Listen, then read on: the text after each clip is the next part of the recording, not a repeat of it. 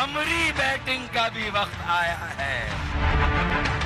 ہمارا مقابلہ تو ایک خلائی مخلوق کے ساتھ ہے. خلائی مخلوق سے کیا مراد؟ ان کا نام فرشتے رکھ لیتے ہیں آپ لوگ، کبھی اس کا نام جنات رکھ لیتے ہیں. کوئی مخلوق ہے جو عمل دخل جس کا ہے سیاست میں. یہ تو ڈان لیگز کو ریپیٹ کیا جا رہا ہے. اور اگر یہ کورٹ انصاف دیتا ہے تو یہ خود پھنسے گا. یہ راشد زرداری، اسی کو میں پھنساؤں گا.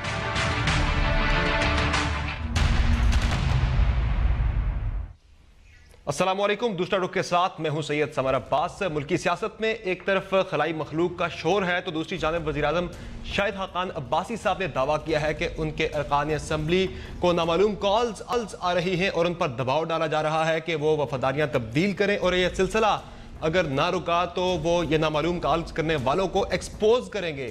اس سے پہلے بھی وزیراعظم یہ کہہ چکے ہیں کہ خلائی مخلوق اگلا الیکشن کرائے گی پاکستان میں، اور خورشید شاہ صاحب بھی یہ بات مانتے ہیں کہ پاکستان میں یا پھر کہیں بھی انتخابات ہوتے ہیں تو خلائی مخلوق کا عمل دخل ضرور ہوتا ہے. اور خان صاحب نے بھی 2013 کے الیکشن میں فوج کی مداخلت سے متعلق جو بات کی ہے، الزامات لگائے ہیں، اس سے بھی ایک نئی بحث چھڑ گئی ہے. تو نقطہ اہم یہاں پر یہ ہے کہ الیکشن سے پہلے ہی جب یہ سارا عمل اتنا متنازع ہو جائے گا تو اس کے الیکشن پر یا ملک پر کیا اثرات پڑیں گے. اور بات ہوگی میاں نواز شریف صاحب کی کہ جنہوں نے آج مانسیرا میں جلسے سے خطاب کیا، اور ہم سوال اٹھائیں گے کہ میاں نواز شریف صاحب کا آخر مقصد کیا ہے. وہ نظام میں پائی جانے والی خرابیاں ختم کرنا چاہتے ہیں یا پھر اپنی نااہلی. اور بات ہوگی چودھری نثار علی خان صاحب کا اب نون لیگ میں ممکنہ مستقبل کیا ہے، اور اس کے علاوہ بھی ملکی مجموعی سیاسی منظر نامے پر تفصیلی بات چیت ہوگی. ہمارے ساتھ اسلام اسٹوڈیو میں موجود ہیں انصاری صاحب، ایڈیٹر انویسٹیگیشن دی نیوز اور سینئر صحافی ہیں. ہمارے ساتھ موجود ہیں مرتضیٰ سولنگی صاحب، سینئر اینکر پرسن اور تجزیہ کار ہیں. ہمارے ساتھ موجود ہیں وسیم بادامی صاحب، سینئر اینکر پرسن ہیں. اور شیخ روہیل اصغر صاحب ہمیں جوائن کر رہے ہیں، سینئر رہنما مسلم لیگ نون. بہت شکریہ چاروں مہمانوں کا شو میں جوائن کرنے کے لیے. روہیل اصغر صاحب، آپ سے سٹارٹ کروں گا. ایک طرف تو ملک میں اس وقت خلائی مخلوق کا کافی زیادہ شور ہے، تو دوسری جانب شاہد حقان عباسی صاحب کا یہ کہنا ہے کہ ان کے ارکان کو ٹیلی فون کالز آ رہی ہیں، نامعلوم کالز آ رہی ہیں اور ان پر دباؤ ڈالا جا رہا ہے. تو ان کا یہ بھی کہنا ہے کہ اگر یہ کالز نہ رکیں تو کالز کرنے والوں کو وہ ایکسپوز کریں گے. تو یہ ایکسپوز کیوں کریں گے؟ وہ وزیراعظم ہیں، بااختیار ہیں، بلا کر ان لوگوں سے جواب طلب کیوں نہیں کرتے؟ میری بنیادی طور پہ میں خان ایک چیز سمجھتا ہوں کہ میں اتنا کمزور ہوں کیا کہ اگر کال آتی ہے اور میں اس سے مرغوب ہو جاتا ہوں، میں کیا ان کو جواب نہیں دے سکتا، یا میں ان کی وہیں پہ بے خنی نہیں کر سکتا، روک نہیں سکتا؟ تو میں جا کے پرائم منسٹر سے شکایت کروں یا کسی اور سے شکایت کروں، یہ میری کمزوری نظر آتی ہے. ایک بات تو میں آپ کو بنیادی طور پہ یہ بات کہتا ہوں، یہ پرسن ٹو پرسن شاید ویری بھی کرتا ہوگا. اچھا، اس میں ایک چیز ذہن میں رکھیں کہ ہر الیکشن میں یہ چیز کھل کے سامنے آ جاتی ہے. اور یہ کیوں ہوتا ہے؟ یہ ہوتا اس وقت ہے جب آپ کے اپنے کچھ ایسے لوگ، اشخاص جو آپ کو، میں نہیں سمجھتا کہ وہ ان کو کہاں سے کوئی کیا اشارہ ملتا ہے، کہاں سے کوئی تجویزیں ملتی ہیں، کوئی پلاننگ ملتی ہے، وہ اپنے اندر نہیں رکھ سکتے، ایکسپوز کر دیتے ہیں. جیسے میں تنقید نہیں کر رہا نا، میں ایک آپ نے چونکہ پوچھا تو میں آپ کو جواب دے رہا ہوں. جیسے ایک بہت دیر پہلے ایک آ گیا کہ امپائر کی انگلی اٹھنے والی، کیا ضرورت تھی آپ کو کہنے کی یہ بات؟ مطلب کوئی اگر آپ کسی کے ساتھ دوستی نبھا رہے ہیں تو دوستی کا یہ تھوڑی مطلب ہوتا ہے کہ آپ اس کو بھرے بازار میں آپ اس کو ننگا کر دیں، آپ اس کو ایکسپوز کر دیں، آپ اس کو بتا دیں کہ کون ہے وہ. تو یہ چیزیں جو اس قسم کے اشارے، کنائے اور اس قسم کی باتیں ہیں، وہ میرے خیال میں شاید ابھی ریسنٹلی آپ نے سنا ہوگا. چلیے، میں غریب آدمی ہوں، میرے ساتھ تو آپ نے کیا تو میرا حق ہے کہ میں بات کروں، میں بتاؤں کہ یہ کیا ہو رہا ہے، کیوں ہو رہا ہے، کس طرح ہو رہا ہے. میں بیشتر مرتبہ کہہ چکا ہوں، یہ آپ اگر کسی کے پاس اپنی مدد کے لیے جاتے ہیں تو آپ اپنی کمزوری کا اظہار کرتے ہیں، اور اگر آپ کسی کی ڈومین میں، کسی اور انسٹیٹیوشن کی ڈومین میں دخل دیتے ہیں تو انفیکٹ آپ اسٹیٹ کو کمزور کر رہے ہوتے ہیں اس وقت. بسم اللہ الرحمن الرحیم. اچھا دیکھیں, میرا نواز شریف صاحب سے اور کئی معاملات پہ ایک اختلاف ہو سکتا ہے ان کی رائے سے, اور ہے بھی. مثلا ایک میرا بنیادی اختلاف یہ ہے کہ جناب اس وقت جو کچھ بھی باتیں وہ کر رہے ہیں ان میں سے ہو سکتا ہے اکثر باتوں سے میں اتفاق کرتا ہوں, لیکن ماضی میں جب یہی کام یہی لوگ کسی اور کے ساتھ کر رہے تھے تو یا تو نواز شریف صاحب اس پر خوش تھے, یا کم سے کم اس پر خاموش تھے, یا زیادہ سے زیادہ اس کا حصہ بنے ہوئے تھے. تو تب کیوں نظریاتی نہیں ہوئے, اب کیوں ہو گئے, یہ تو فیکٹ ہے. لیکن اس پرٹیکولر بات پہ, خلائی مخلوق والی بات پہ, میری اپنی یہ رائے ہے کہ جب جملوں کے محتاط استعمال سے بھی واضح ہو جاتا ہو کہ اشارہ کس طرف ہے تو پھر صاف بات کرنا تو ضروری نہیں ہوتا ہے. جب اعتداد احسن صاحب اپنے معصومانہ انداز میں کہہ رہے ہوتے ہیں کہ نواز شریف بتائیں نا کس کی بات کر رہے ہیں, منع کے ابا کیوں کر رہے ہیں, تو میرا یہ سوال ہوتا ہے کہ سرکار وہ نہیں بتا رہے لیکن آپ کو سمجھ نہیں آ رہی کہ وہ کس کی بات کر رہے ہیں. کل اگر وہ بات کر لیں گے تو آپ کہیں گے توبہ استغفر اللہ, فوج کے خلاف بات کر دی, ملک کی دفاع کے خلاف بات کر دی, کوئی غدار کہہ دے گا, کوئی مودی کا یار کہہ دے گا. تو آج بھی اگر وہ خلائی مخلوق کہہ رہے ہیں تو ہمیں سمجھ آ رہی ہے نا کس کی بات کر رہے ہیں. تو مجھے یہ مطالبہ بڑا یہ معصومانہ لگتا ہے کہ اچھا بتائیں تو, یعنی ایک ٹاک شو ہوسٹ کی حیثیت سے میں بھی جب اپنے مہمان کوئی نون کا بندہ میرے سامنے بیٹھا ہوگا تو میں بھی ان سے پوچھوں گا, اور پوچھنا چاہیے بھی ہمیں کہ سرکار آپ کس کی بات کر رہے ہیں. لیکن کسی سیاسی مخالف کا یہ کہنا کہ آپ نام تو لیں ورنہ میں سمجھ نہیں آ رہی کہ آپ کس کی بات کر رہے ہیں. چلے میرا ایک سوال ہے دونوں انصار بھائی صاحب سے بھی اور مرتضیٰ سولنگی صاحب سے بھی کہ اس وقت جو ماحول بنا ہوا ہے خلائی مخلوق کی کافی زیادہ بحث چل رہی ہے. خورشید شاہ صاحب بھی کہتے ہیں کہ خلائی مخلوق کا عمل دخل ہوتا ہے جہاں بھی انتخابات ہوں. وزیر اعظم بھی کہہ رہے ہیں کہ اگلے انتخابات خلائی مخلوق نے کروانے. خان صاحب نے بھی جو بات کی 2013 کے الیکشن میں فوج کی مداخلت کی, وہ بھی تقریباً اس سارے بیانی کو انڈورس کر رہے ہیں. تو جب الیکشن سے پہلے ہی یہ عمل اتنا زیادہ متنازع ہو جائے گا تو پھر الیکشن کے نتائج کیا ہوں گے؟ اس سے پہلے بھی آپ نے دیکھا ہے کافی زیادہ الیکشن میں جب خرابیاں ہوئی ہیں تو ملک پر کس طرح کے اس کے اثرات پڑے. انصار بھائی صاحب آپ شروع کر دیں. میری ذاتی رائے میں یہ بڑی فکر کی بات ہے ویسے کہ دیکھیں تمام پولیٹیکل لیڈرز, کچھ نے انڈائریکٹلی بات کی, کچھ نے ڈائریکٹ کہہ دیا. مطلب عمران خان صاحب نے تو ڈائریکٹ کہہ دیا, اور پہلے آپ نے بدامی صاحب سے بھی اور شیخ صاحب سے بھی پوچھا کہ جی کیا کرنا چاہیے پرائم منسٹر کو اختیار, اور بدامی صاحب سے میں بالکل ایگری کرتا ہوں جو بھی اختیارات ہیں. لیکن میں فیل کرتا ہوں ایک تو یہ کہ دیکھیں جب ایسے مسئلے, بیکاز جب آپ خلائی مخلوق کی بات کرتے ہیں, فوج کی بات کرتے ہیں, تو جتنے بھی ایشوز ہوتے ہیں جو انٹرفیئرنس کے یا پولیٹیکل انجینئرنگ کے, آپ دیکھیں فوج بحیثیت ادارہ, فوجی بیچاروں کو پتہ بھی نہیں ہوتا. مطلب ہے کہ measures, captains, kernels, even brigadiers, بہت سارے جنرلز کو پتہ نہیں ہوتا. کچھ لوگ کر رہے ہوتے ہیں, انڈیویجولز کچھ کر رہے ہیں, جیسے کل چودھری نثار علی خان صاحب نے کہا کچھ لوگ کر رہے ہوتے ہیں. اور بیسیکلی اگر آپ آئین دیکھتے ہیں, قانون دیکھتے ہیں, تو یہ this is purely misuse of power. ایک تو یہ کہ دیکھیں مجھے اس بات پہ دکھ ہوتا ہے بینگ اے پاکستانی کہ آپ ایک پورا ادارہ جس کی اپنی ایک حیثیت ہے اور جس کو نان کنٹروورشل رہنا چاہیے. آپ مجھے دیکھیں کہ ہم پولیٹکس کی طرف جا رہے ہیں, ہم الیکشنز کی طرف جا رہے ہیں. الیکشن سے پہلے تمام پولیٹیکل لیڈرز کی سٹیٹمنٹ سے اگر ایک ادارہ جس کو بالکل بھی پولیٹیسائز نہیں ہونا چاہیے اور جس کو بالکل بھی کنٹروورشل نہیں ہونا چاہیے, وہ سب سے اگر وہ کنٹروورشل ہو رہا ہے تو یہ ہم سب کے لیے فکر کی بات ہے.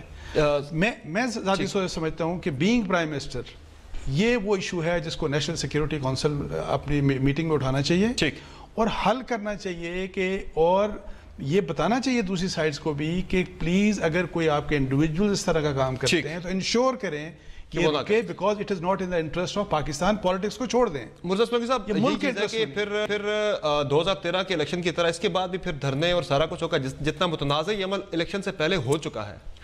میرے سامنے کوئی کرسٹل بال نہیں ہے کہ میں بتا سکوں کہ 2018 کے جو مجوزہ انتخابات ہیں اس کے جو نتائج آئیں گے اس کے بعد کیا ہوگا.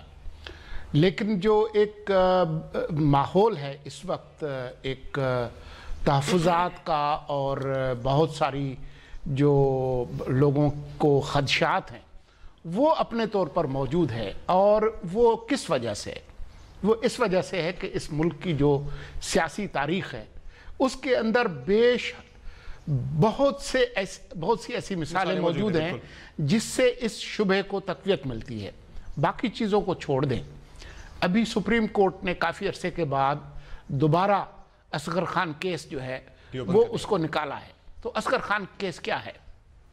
اصغر خان کیس یہی ہے نا کہ اس میں لکھا ہے کہ کس طریقے سے ایک انٹیلیجنس ادارے نے الیکشن میں اپنے نتائج مرتب کرنے کی کوشش کی اور ایک سیاسی اتحاد بنوایا. یہی الزام ہے نا. بالکل ایسا. تو صرف یہی بات نہیں ہے. ابھی کل ہی کی بات ہے, مجھے شاہد خاقان عباسی نے انٹرویو میں کہا کہ جو بلوچستان کے اندر جو ایک آئینی کودتا ہوا اس میں وہ اس طرح سے کچھ ادارے نام لیے انہوں نے کہ جی وہ وہاں پر موجود تھے اور ہم اس کی تحقیقات کرائیں گے. اس کے بعد پھر چراغوں میں روشنی نہ رہی اور یہ ہمیں پتہ نہیں چلا کہ وہ اس تحقیقات کا کیا ہوا. اس ملک میں بہت ساری تحقیقات ہوتی ہیں جس کا نتیجہ سامنے نہیں آتا. لیکن مجھے زیادہ پریشانی اس بات سے ہے کہ کچھ اداروں میں کچھ افراد آزادی کے ساتھ کوئی ایسا کام کرتے ہیں جو ان اداروں کی اپنی منشا نہیں ہے. یہ تو پھر ایک بنانا ریپبلک والی بات ہوگی اور اس سے اس تاثر کی نفی ہوگی کہ ہمارے ادارے جو ہے وہ بہت منظم ہیں اور ان میں ڈسپلن ہے. اگر اس میں لوگ اسی طرح سے آزادی سے اپنی جو ہے وہ چلاتے ہیں تو یہ تو میرے لیے زیادہ پریشان کن بات. ناظرین یہاں ایک بریک لیں گے، بریک کے بعد گفتگو جاری رہے گی، ہمارے ساتھ رہے گا.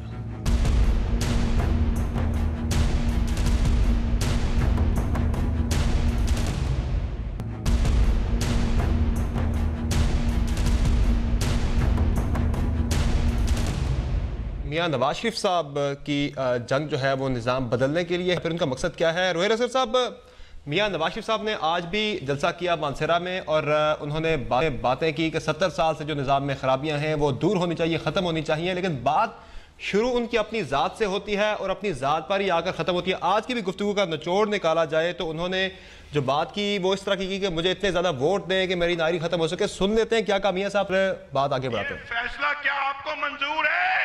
اگر منظور نہیں ہے تو کیا اس فیصلے کو بدلنا ہوگا؟ اس کو بدلنا چاہتے ہو؟ یہ جو ناجائز کیا گیا ہے نواز شریف کے ساتھ، جو اس کو فارغ کیا گیا ہے، وہ دوبارہ جو ہے وہ اہل قرار دیا جا سکتا ہے، اہل ہو سکتا ہے. اس قانون کو ہمیں اسمبلی کے اندر لے جا کے اس فیصلے کو ہمیں اسمبلی میں لے جا کر بدلنا ہوگا اور اس کے لیے مجھے آپ کا ووٹ چاہیے ہوگا، آپ کا ووٹ. جی روحیر اسد صاحب، میاں نواز شریف صاحب کی تحریک ہے یہ نظام میں خرابیاں ختم کرنے کے لیے ہے یا پھر اپنی نائلی؟ یہ تو بڑا واضح نظر آ رہا ہے. میاں نواز شریف صاحب جو ہے ایک سیاسی لیڈر ہیں یار، اور ایک جماعت کے سربراہ بھی رہے ہیں. بے شک کہ ان کو نااہل کر دیا اور پھر اس کے بعد ان سے صدارت بھی واپس لے لی، لیکن اس کے باوجود آپ دیکھیں نا، مطلب نون لیگ آج بھی نون لیگ کے نام سے پہچانی جانی چاہتی ہے نا، وہ اصل پہ اس چیز کی طرف اشارہ کر رہے ہیں جو چیز اس ادارے کو کمزور کرتی ہے، جو چیز اس ادارے میں دڑانے پیدا کرتی ہے، جو اس کو کسی اور کے ہاتھ میں کھیلنے کے لیے پیش کر دیتے ہیں. اب وہ کیوں کہہ رہے ہیں؟ وہ اس لیے کہہ رہے ہیں کہ آپ اگر بظاہر دیکھیں تو باقی اگر آپ نے دائیں بائیں نظر دوڑا کے دیکھیں تو وہ تنہا اس چیز کو لے کے باہر نکلے نا. وہ یہ چاہتے ہیں کہ یہ ادارہ، اب یہ تو بات وہ کر رہے ہیں، بات اس لیے کر رہے ہیں کہ اس ادارے کو اگر کوئی توڑ سکتا ہے تو وہ چیف ایگزیکٹو توڑ سکتا ہے، یا اس ادارے میں کچھ تبدیلی لا سکتا ہے تو وہ آپ کا ووٹر لا سکتا ہے، یا اگر کوئی قانون ایسا ہے جس سے اس ادارے کو کمزور کیا جاتا ہے یا اس ادارے پہ ڈومینیٹ کیا جاتا ہے تو اس قانون کو نہیں، وہ اپنے لیے تھوڑی کر رہے ہیں. اگر ضروری تو نہیں ہے، اب یہ تو اللہ کی ذات کو پتہ ہے کل کس کو عزت ملنے والی ہے، کون اس مسند صدارت پہ بیٹھے گا. ہاں یہ تو انتخابات نہیں پتہ لگے گا، لیکن وہ کہہ تو رہے کہ ووٹ مجھے اتنے زیادہ دیں کہ میری ناری ختم ہو جائے. انصار بھائی صاحب آج انہوں نے ایک اور بات خود کیا تو کسی اور کے لیے ووٹ تو نہیں مانگیں گے، ووٹ تو اپنے لیے مانگیں گے نا.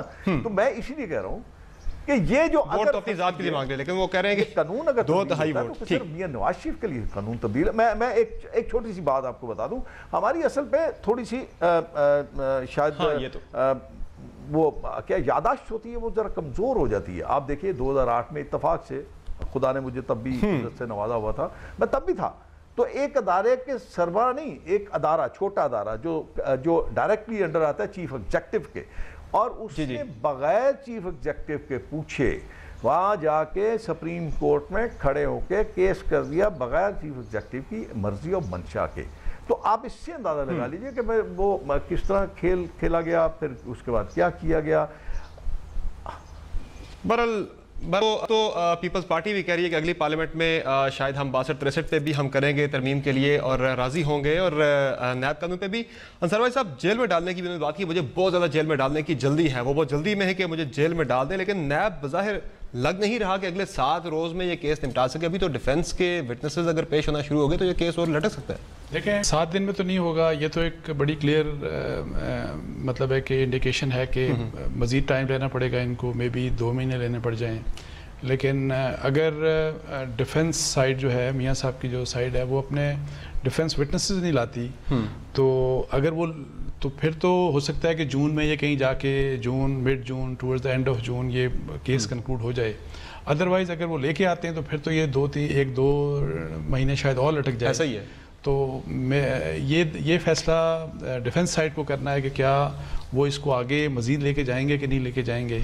تو ادروائز لیکن ایک بات میں تھوڑی سی جو پہلے آپ نے روہل صاحب سے بھی پوچھی, دیکھیں میاں صاحب کی اگر یہ کوئی بھی پولیٹیکل لیڈر جو اگر یہ بات کرتا ہے نا سویلین سپریمیسی کی, اس کی اصولاً سپورٹ کرنی چاہیے. صحیح, بالکل سپورٹ کرنا چاہیے, اور کسی بھی لحاظ سے دوسری سائڈ کو کنڈون نہیں کرنا چاہیے. وہ حالات مخصوص اس طرح کے بن گئے ہیں کہ آنند کی بات نہیں, لیکن اس میں ایک بات دیکھیں, میں یہ صرف یہ کہوں گا جو ہمارے پولیٹیکل سائڈ ہے کہ اگر آپ سویلین سپریمیسی چاہتے ہیں نا تو اس کے لیے آپ کو جب بھی آپ کو موقع ملے گورنمنٹ میں تو اپنی پرفارمنس پرفیکٹ کریں. صحیح, بالکل آپ کے پاس کوئی چانس نہیں ہے کہ ایون 50-50 یا 60-40, یہ بھی نہیں, آپ کو میکسیمم پاسبل کریں گے. اور جمہوریت میں یہی تو فائدہ ہے کہ آپ اکاؤنٹیبل ہوتے ہیں, آپ پرفارم کریں گے تو آپ کو آئندہ بھی حکومت ملے گی. مرتضیٰ سولانکی صاحب, کل چودھری نثار علی خان صاحب کی بات بھی اگر کریں ہم تو وہ بھی نون لیگ کے لیے ایک درد ساری بنے ہوئے ہیں. تقریباً وہ تنقید بھی بڑی کھل کے کرتے ہیں, پھر کہتے ہیں میں ہوں نون لیگ میں کہیں جا نہیں رہا. تو یہ کتنی بڑی ایک پریشانی ہے نون لیگ کے لیے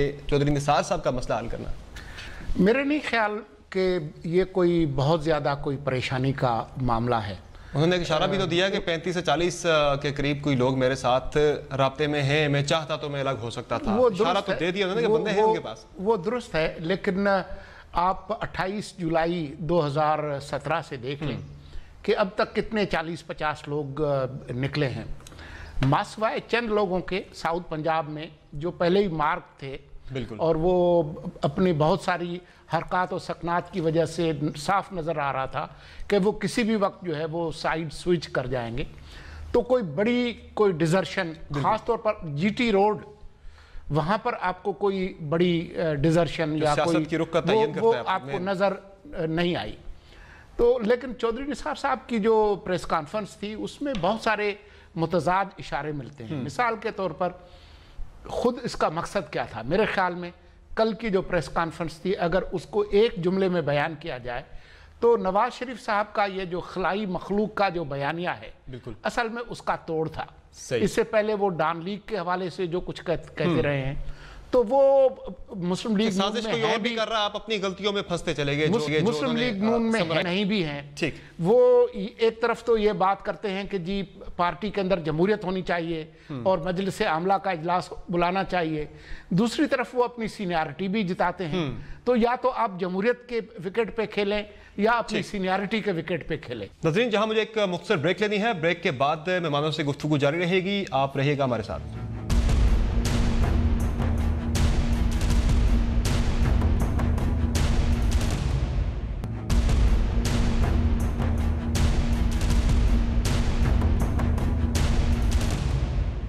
پرائم میں ایک مرتبہ پھر سے خوش آمدید. وسیم بادامی صاحب, اب آپ کی نظر میں کیا سوٹ کرتا ہے چودھری نثار علی خان صاحب کو کہ ان کا لایا مطلب کیا ہونا چاہیے, کیونکہ پارٹی کے اندر جو ہم دیکھ رہے ہیں پارٹی کارکنان بھی ان کی بات کو ایکسیپٹ نہیں کر رہے اس طرح سے, بلکہ ان پہ الٹا تنقید پوری پارٹی کے کارکنان بھی کر رہے ہیں, کوئی مان نہیں رہا ان کی بات کو.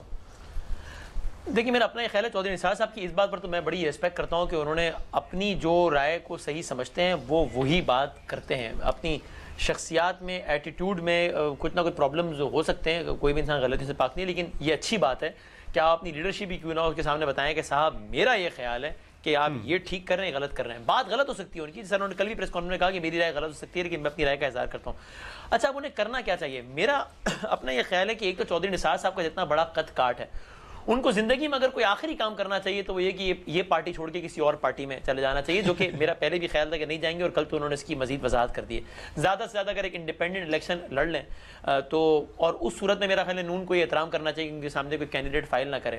لیکن اس وقت جو چودھری صاحب ہر کچھ دنوں بعد ایک پریس کانفرنس کے ذریعے اپنی رائے کا اظہار کرتے ہیں, ان کی نیت کچھ بھی ہو, اس سے بہرحال تاثر یہ ضرور پھیلتا ہے کہ یار آپ کی اپنی رائے الگ ہے, اس کا آپ نے اظہار کر دیا, وہ ٹھیک ہے. لیکن بابا صاحب دیکھیں نا, چودھری انصار صاحب کا جو سٹیچر ہے وہ ایک نیشنل لیول پہ ایک لیڈر سمجھے جاتے رہے ہیں, لیکن اب وہ اپنے آپ کو حلقے تک محدود کرتے جا رہے ہیں. ان کا جو اثر رسوخ ہوتا تھا, ایک جو کہا جاتا تھا کہ پوٹھوہار بیلٹ کے اوپر بڑا ان کا اثر رسوخ ہے, وہ بھی اب کم ہوتا دکھائی دے رہا ہے بظاہر.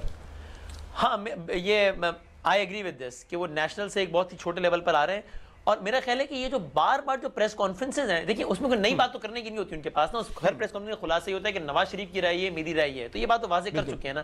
اب جب وہ بار بار یہ کرتے ہیں تو میرا نہیں خیال کہ وہ اپنے قد میں کچھ بہت زیادہ اضافہ کر رہے ہوتے ہیں. یا تو اگر وہ بس غلط سمجھتے ہیں تو چھوڑ دیں اس کو, یا پھر کوئی نئی بات کرنے کی ہو تو وہ کرے پریس کانفرنس. ورنہ بہرحال تاثر یہ بھی جاتا ہے کہ اب اگر آپ کی لیڈرشپ ایک برے وقت میں پھنسی ہوئی ہے, آپ اس کو ہیلپ آؤٹ تو نہیں کر رہے, لیکن آپ مزید ہی آپ کام خراب ہی کر رہے ہیں. تو میرا خیال ہے چودھری نثار صاحب کو اس وقت یہ بار بار کی پریس کانفرنس سے اجتناب کرنا چاہیے. اس میں لگتا ہے کہ شاید it is too much about himself. لگتا ہے چودھری نثار سے متعلق ایک اہم پریس کانفرنس کر دی ہے, یہ نہیں کرنی چاہیے. اس میں وہ کچھ بیتوقع بھی کر رہے ہیں. مثال کے طور پر مقصد تو میں نے بتا دیا کہ کیا تھا, خلائی مخلوق میری نظر میں, لیکن اس کے علاوہ جو پرویز رشید پر انہوں نے نام لیے بغیر تنقید کی کہ جی وہ بھٹو کے پارٹی میں تھا تو بھٹو کو پھانسی ہوئی تو وہ پارٹی چھوڑ گئے. بھٹو کو پھانسی ہوئی 1979 میں, یہ مسلم لیگ نون میں گئے ہیں 93 میں, آپ سال دیکھ لیں. پھر یہ اس طرح کی بات کرنا کہ جی وہ میں نے تو کہا تھا کہ آپ جو ہے وہ آرمی چیف کو بلا کے اور ان سے کہیں کہ جی اپنے نمائندے JIT میں نہ بھیجیں. بھائی ایک تو آرمڈ فورسز میری معلومات کے مطابق وہ کہہ چکے ہیں کہ بھائی جو سپریم کورٹ کا آرڈر ہوگا ہم اس کو فالو کریں گے, تو اس کا اثر نہیں ہونا تھا. لیکن یہ میرے ذاتی نالج میں ہے کہ کابینہ کے میٹنگ میں یہی تجویز چودھری نثار نے دی تھی نواز شریف صاحب کو کہ آپ ان کو بلائیں, تو ان کا کہنا یہ تھا کہ میں اپنے ذاتی معاملات کے حوالے سے کسی سے کوئی فیور نہیں مانگوں گا. تو اس کے بعد پھر اسی کو ایک بروکن ریکارڈ کی طرح سے اس کو بار بار بجانا, میں سمجھتا ہوں کہ ان کے قد کاٹ کے بالکل خلاف ہے. ٹھیک, اور اب کچھ بات کر لیتے ہیں کہ اس وقت سیاست نے جو رخ اختیار کیا ہے, ملک میں انتخابات قریب ہیں اور لسانی بنیادوں پر زیادہ گرو اٹھ رہے ہیں سیاسی میدان میں اترنے کے لیے. روحیل اسد صاحب, آپ دیکھیں اگر اوورال جائزہ لیا جائے تو بلوچستان کے اندر بھی آپ نے دیکھا ہے کہ نیشنلزم ہمیں نظر آ رہی ہے کہ ایک بلوچستان عوامی پارٹی بن گئی ہے. جو سیاسی جماعتیں ہوتی ہیں نیشنل لیول کی وہ تو بیسیکلی جوڑ کے رکھتی ہیں پورے ملک کو, لیکن یہاں پہ ہم دیکھ رہے ہیں کہ اب وہ سلسلہ کم ہوتا جا رہا ہے. بلوچستان میں بلوچستان عوامی پارٹی سامنے آ گئی ہے.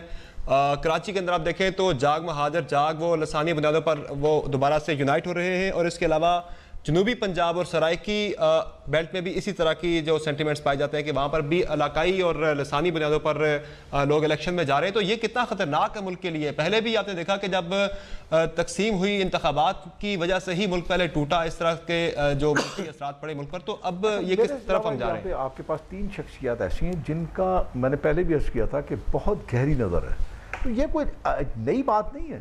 جاگ مہاجر جاگ یا بلوچستان کا جاگ اور یہ ساؤتھ پنجاب, یہ کوئی نیا نعرہ نہیں ہے, یہ تو چلتا آ رہا ہے. یہ 2013 کے الیکشن میں بھی تھا, بلوچستان میں بھی تھا. لیکن آپ کو یہ میں بات کہہ دوں, میں بڑی صاف بات کروں گا کہ بلوچستان اور سندھ ان کی اپنی ڈائمنشنز ہیں, ان کا اپنا ایک انداز ہے, ایک اپنا کلچر ہے. بلوچستان کا اپنا ایک کلچر ہے. آپ دیکھ لیجئے تھرو آؤٹ دی ہسٹری پڑھ لیجئے آپ کیا ہوتا ہے وہاں پہ, کون کتنا ڈومینیٹ کرتا ہے, کیا آپ کا خیال ہے وہاں سے وہ بڑے جو لیڈر ہوتے ہیں وہ لسانی کہہ لیجئے یا وہ صوبے کی بنیاد پہ کہہ لیجئے, کیا وہ لوگ آتے ہیں وہاں سے؟ وہاں سے تو ایک گنے چنے جن لوگوں کا ہوتا ہے ایک سٹینڈنگ ہے وہ آ گئے. کبھی ریٹائرڈ جنرل وہاں سے جیت گئے, کبھی سردار وہاں سے جیت گئے, کبھی کوئی سربراہ وہاں سے جیت گئے. تو یہ آپ اپنے ذہن میں رکھیں کہ یہ ان کا ایک کلچر ہے. اندرون سندھ کا بھی یہ کلچر ہے. آپ دیکھ لیجئے کہ اس کے باوجود کہ سارا کچھ ہونے کے باوجود بھی حال تو وہی ہے. زندہ ہے, بھٹو زندہ ہے, تو اس کو آپ اس کو ختم تو نہیں کر سکتے. ہاں رہ گیا کراچی, تو کراچی کو آپ نے ایک ایسا رخ دے دیا, عرصہ آپ نے وہاں پہ ایک چیز کو پنپنے دیا اور پھیلنے دیا, اور وہ اس طرح پھیل گئی کہ وہ ایک ایسی چیز بن گئی جس کو آپ سب لوگ معذرت کے ساتھ, بادامی یہاں بیٹھے ہوئے ہیں, بادامی کراچی کے رہنے والے ہیں. ایک زمانہ یہ تھا کہ آپ آج کل آپ کی پارٹی ان کی اتحادی بنی پھر رہی ہے. ویسے میں اس سے کوئی انکاری نہیں ہوں, میں اس سے کوئی پہلو تہی نہیں کر رہا, لیکن آپ دیکھیں نا اس کا اور اس کا تھوڑا سا فرق تو ہے نا، چاہیے چلیے کاغذات میں کہہ لیجئے، الفاظ میں کہہ لیجئے، فرق تو ہے. میں جو بات کر رہا تھا بادامی صاحب سے پوچھ لیجئے کہ وہاں تو آپ نام نہیں لے سکتے تھے، مطلب آپ نیگیٹو بات کرنا تو آپ سوچ بھی نہیں سکتے.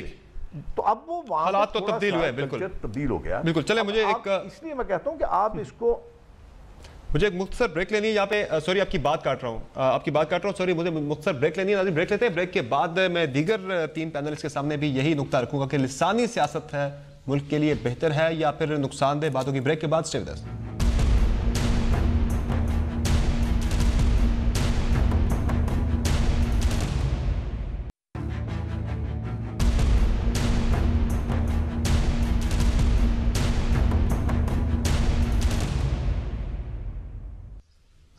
Welcome back to the show. Break سے پہلے بات ہو رہی تھی لسانی سیاست کی. وسیم بادامی صاحب کافی آپ کے سامنے سوالات رکھے ہیں. روہیل اصغر صاحب نے کراچی کی پولیٹکس کی ڈائنامکس سے متعلق، آپ اس پہ پہلے بات کر لیں پھر ہم بات آگے بڑھاتے ہیں.